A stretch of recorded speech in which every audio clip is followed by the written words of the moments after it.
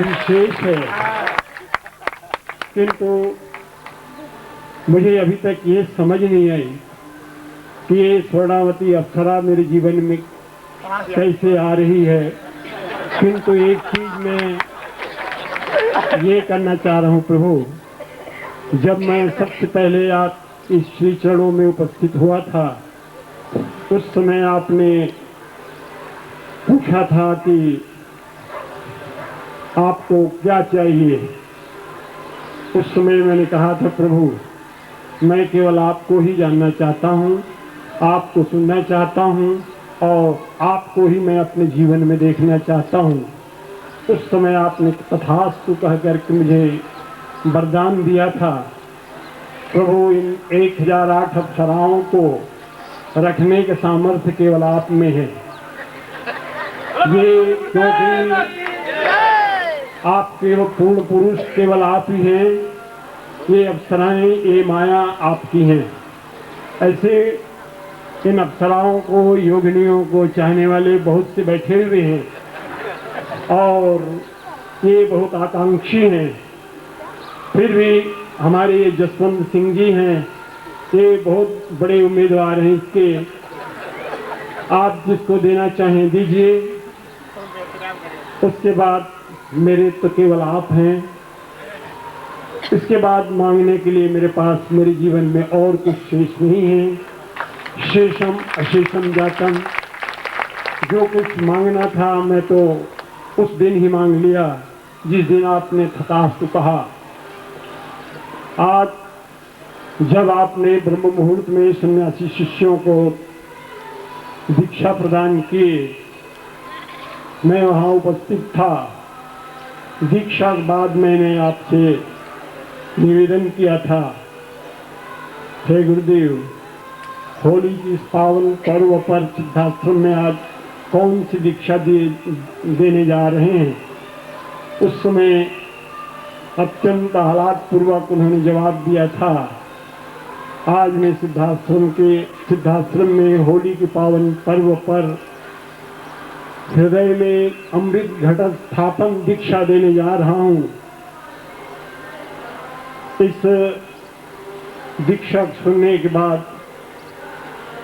एक मेरे मन में बहुत ज्यादा हालात तो हुआ ही। सिद्धाश्रम के योगी कितने सौभाग्यशाली हैं कि वे निरंतर आपके ध्यान में लगे हुए आपकी चेतना को प्राप्त करने के लिए सतत उत्सुक रहते हैं और आप वही चीज देने जा रहे हैं। उस समय आज मैं उद्योग की अवसर मांगने जा रहा हूं, ऐसी मेरी धृष्टता है। इस तरह की बातें चलते हुए राह में रोकना अच्छी बात नहीं है, मर्यादा के प्रतिकूल है। फिर भी मैंने बाल सुलभ धृष्टता की, उसके लिए मैं क्षमा चाहूंगा कि जो दीक्षा जिस समय सिद्धाश्रम में देने जा रहे हैं, मैं निवेदन करना चाहता हूं प्रभु, ये आपके शिशु, ये आपके शिष्य उतने ही ये भी अधिकारी हैं उस दीक्षा के। हृदय में अमृत घट स्थापन दीक्षा के मैं निवेदन करना चाहता हूँ चरणों में प्रभु, वही दीक्षा इन अपने शिष्यों को आज इस होली के पावन पर दे करके इन्हें कृतार्थ करें और मैं इसे कृतार्थ करता चाहता हूँ। रही बात, आपको मालूम है कि शिष्यों की मनोकामना इच्छाएं बड़ी हैं, किंतु कुछ इनकी मजबूरियां हैं।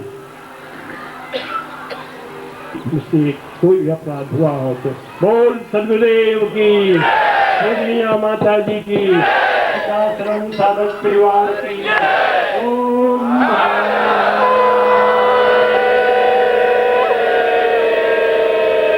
जो मर्यादा दुकुल नहीं,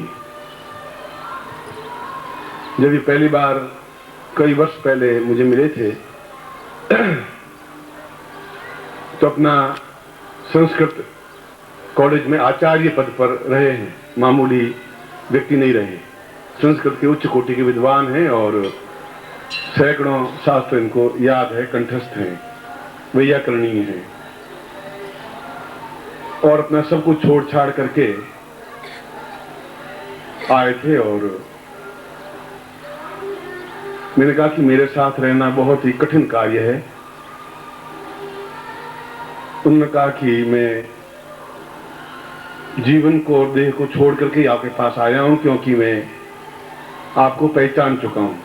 आप अपने आप को पर्दे में या जितना भी ढकें वो आपकी इच्छा है। जब आप पर्दा हटाना चाहें, मुझे याद है वेलाई ने, आपकी मर्जी, मगर मैं पूरे जीवन के क्षणों को आपके चरणों में ही व्यतीत करना चाहता हूं। और मैंने कहा था कि 1 दिन, 2 दिन, 3 दिन, पूरे 7 दिन तक इनको परखता रहा, देखता रहा और इनको शिष्य के रूप में यहां रहने दिया रहे।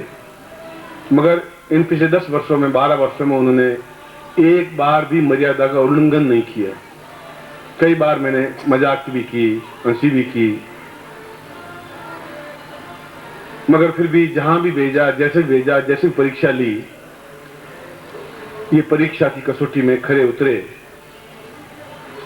और धीरे धीरे सिद्धाश्रम प्राप्ति की ओर अग्रसर होते गए।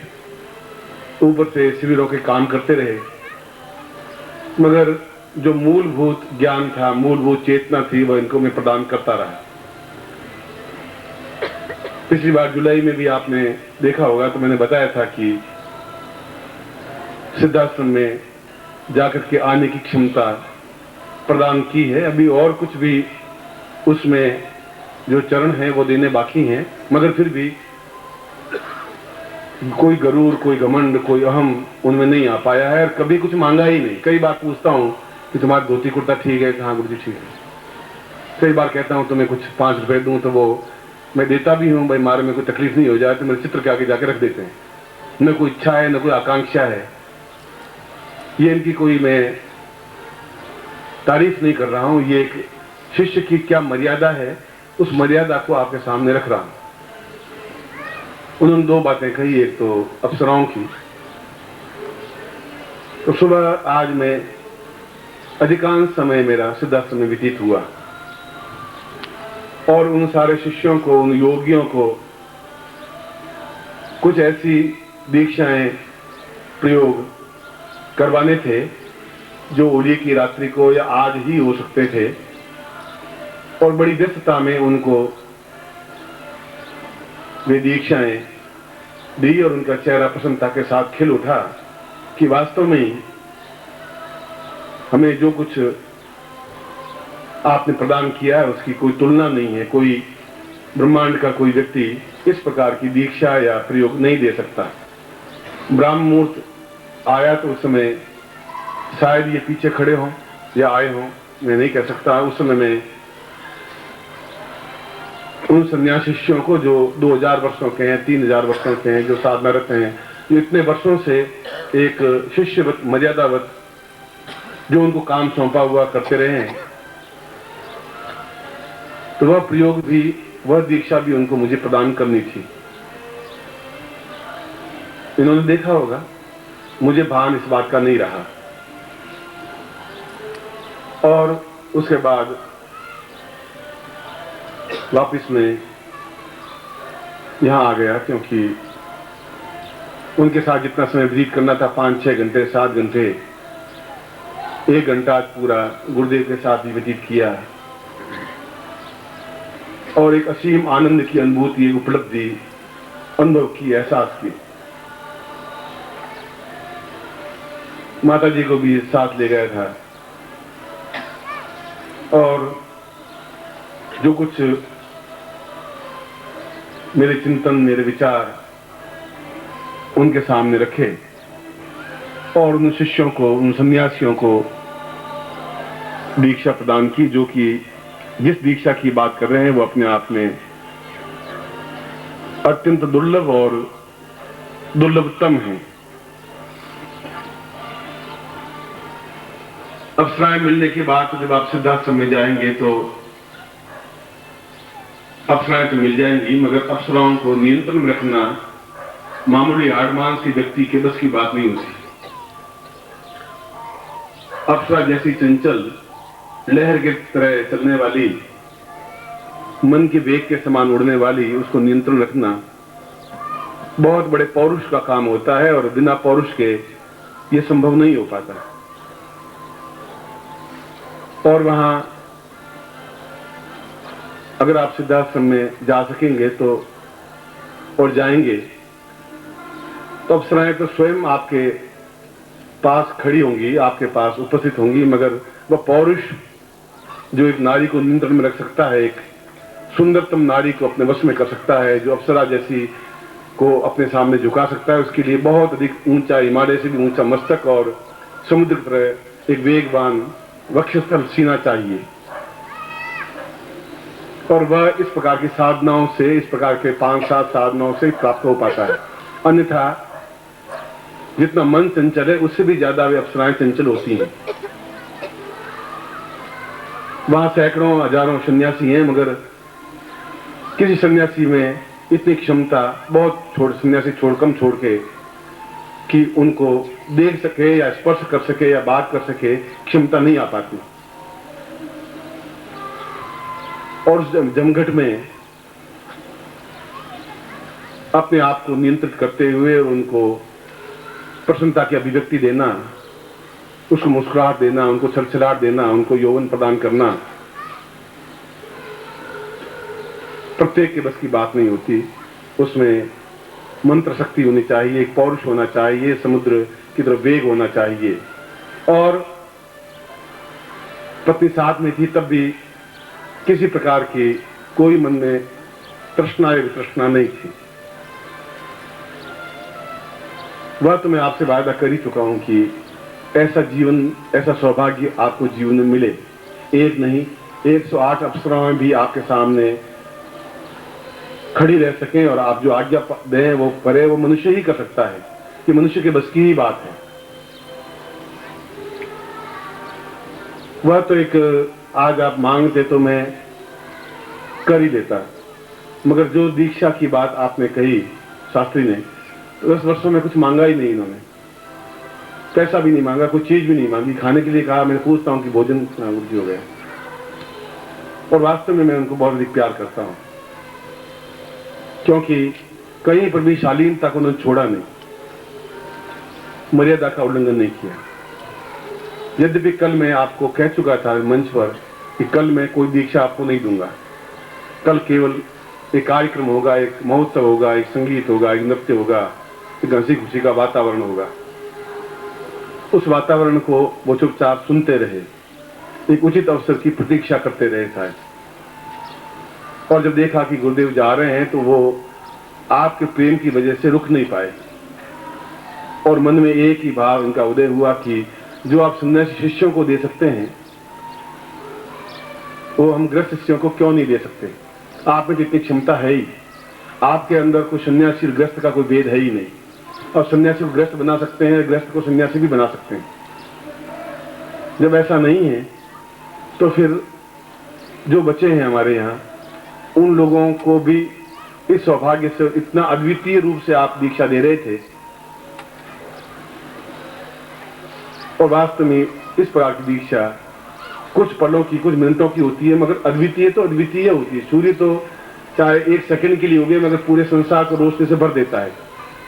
इस प्रकार की दीक्षा पूरे जीवन को एक मस्ती के साथ भर देती है, आनंद के साथ भर देती है।